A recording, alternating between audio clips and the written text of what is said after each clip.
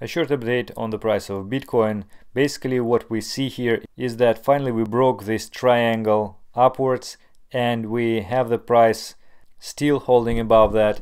But once we already make this sort of a false breakout, and there is no guarantee that we will not return back to this triangle once again. Moreover, despite the momentum which we had, this doesn't look super strong. However, in principle, it may be treated as just a normal medium-sized growth with a small correction, which is pretty healthy, and some enthusiasts already can draw you some bullish flags or something, and so on. What I see here is that at the moment we are changing the range of our trading. Basically now it's from $3,715 to $4,100, and we're approaching to the upper part of this channel. We constantly making a higher lows, so 1, 2, 3, 4, 5 lows. Well, even this you can treat as a low, although it was very sharp one, a very short term. Still very long sequence of the higher lows, but in order to confirm the rising trend, we finally need to make the higher high.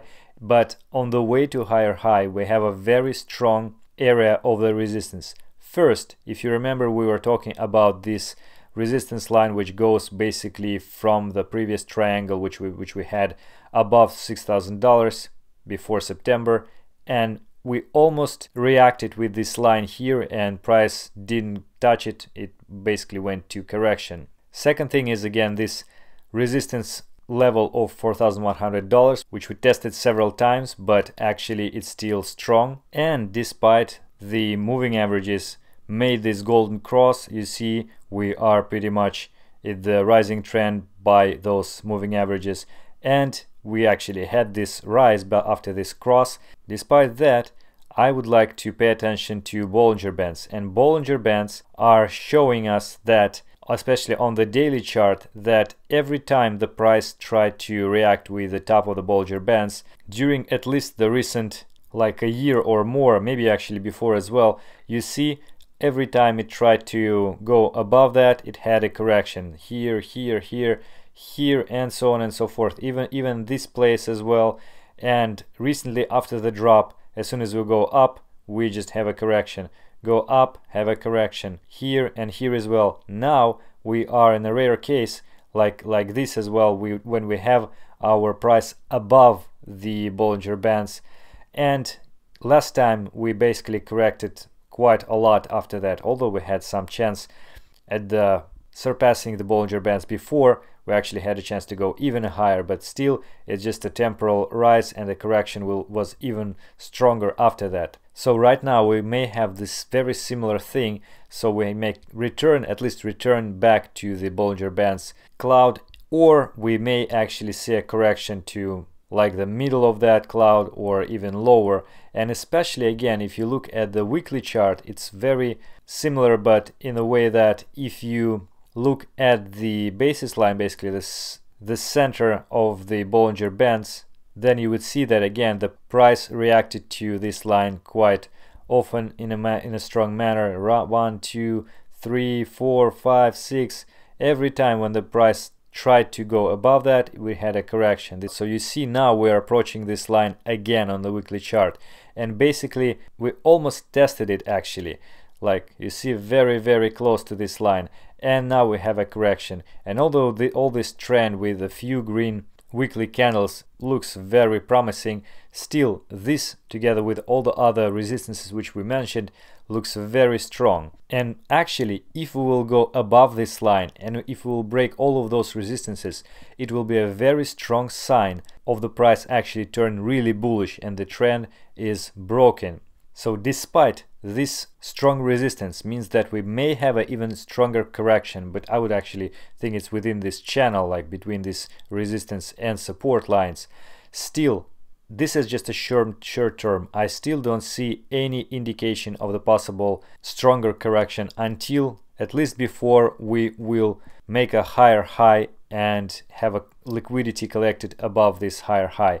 So actually stochastic indicator shows us that we are still going pretty much upwards, and we have a lot of room to grow above. Weekly MACD is also bullish, and if you zoom out even more than monthly time frame, we have 2 green candles already. Actually, this looks pretty much like a symmetric, well, possibly symmetric reaction to this drop, maybe some cup and candle formation or something like that. It will be just great. But on the monthly time frame, we have this point on stochastic, which basically indicates the change of the trend. We were very low and we're about to go at least somewhat higher. Also, for the MACD, I must refer you again to the history which we had in 2014-15, and now we need to return to Bitstamp in order to see that. So just pay attention to this delta, which is red right now, and those bars are going to the direction in order to make them smaller and smaller and smaller to end this sort of a bell shape of this distribution. And very similar situation we had previously in 2015. So you see, somewhere after the minimum of the price in January 15th, we had this red delta, which basically after a couple of months started to going less intense, and we finally turned green at some point. So the same situation after the December we have right now. So it goes to the direction of being green eventually. So MACD is pretty bullish at that point. And the same thing, actually, if this is monthly, so it's really zoomed out picture, is for the stochastic indicator. So we are pretty much matching both of them for the behavior of the price. In terms of the weekly time frame, it is also pretty similar. I mean, at least we are going up on stochastic and we have some green area on the MACD. But I must warn you about the possible correction on the way up, because for example here, after having a low on stochastic, we didn't go to the oversold territory immediately. We have this inflection point before that in the middle of stochastic region going down once again, tested low and so on. So we may actually return just at the middle of this path towards this area. We can return and make one more low, at least test those levels once again. Of course, history is not necessary, will repeat itself, and we have pretty much different pattern here, but I would really want to see no more super low values for stochastic. All of them would be nice to see in this purple zone in order to see the price will be higher and higher eventually. In other words, again, despite short term, I would be cautious and consider some of the correction because of the huge resistance in this area.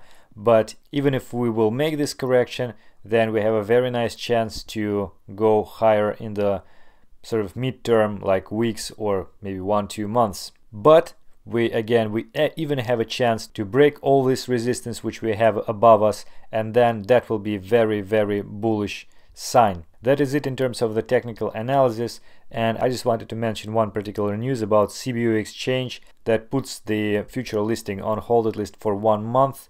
And some people are saying that the price of Bitcoin dropped in 2018 that much because of the futures on Bitcoin, and it's sort of makes sense at some point.